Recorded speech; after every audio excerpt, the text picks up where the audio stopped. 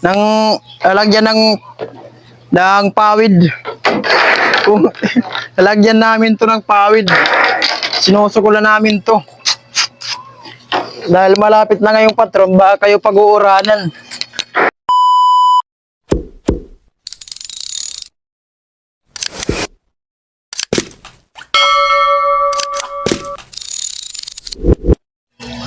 At so yung maganda nga po mga kabugat, nandito na nga yung tatay namin, yun no. Yun yung naggagawa ng bahay namin. Nagbuburublig kami ngayon dito sa bahay namin. Dahil nadudumog na yung mga poste. Nadudumog na yung mga poste namin. Ayun na nga yung sa kong kapatid, naglulukot na sa kanyang kuwan dahil naayad na yung kanyang kuwan balay. Yung aming daman ay hindi pa. Ngayon ay magkuka na kami ngayon, magtratrapal ng pawod. Paano masabi? Magtatrapal kami ngayon ng pawod. Ito yung aay-dun namin dito. Ito yung pawod. Ito yung aay-dun namin. Pagkikahumanin namin to dahil malapit na yung patron sa mga mama, sa mga matron dyan. Huwag na kayong umasang mayroon pa kayong pamamatronan. Dahil kaariya pa lang ng arong. Kaariya pa lang ng arong. Wala pa.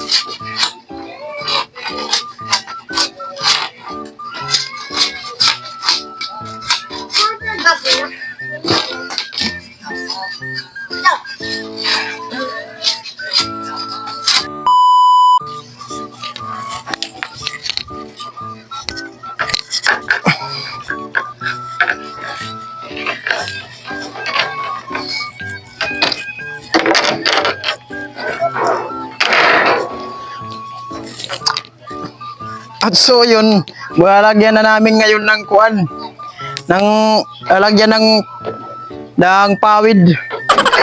Kung lalagyan namin to ng pawid, sinusukulan namin to. Dahil malapit na ngayong patron, baka kayo pag-uuranan. Sobrang halaba to, sobrang halaba. Ton. Sobrang halaba to. Op, mga nababayog man diya. Yan. Inakaya na namin ngayon yung landingan namin. Ton. Sobrang halaba.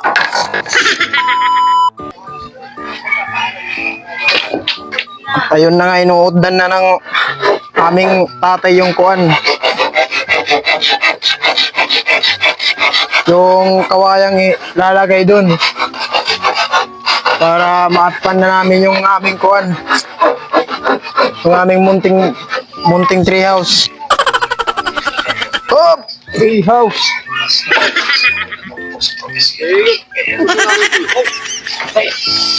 Oh.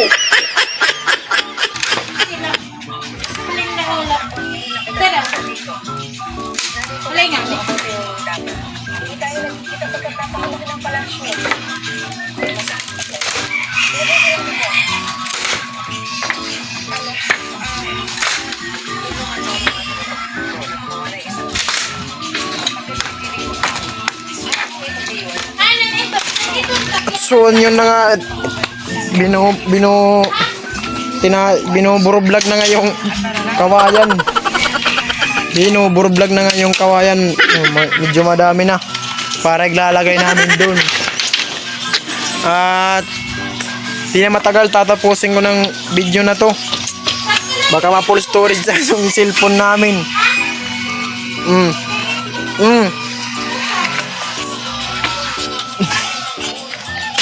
Ano?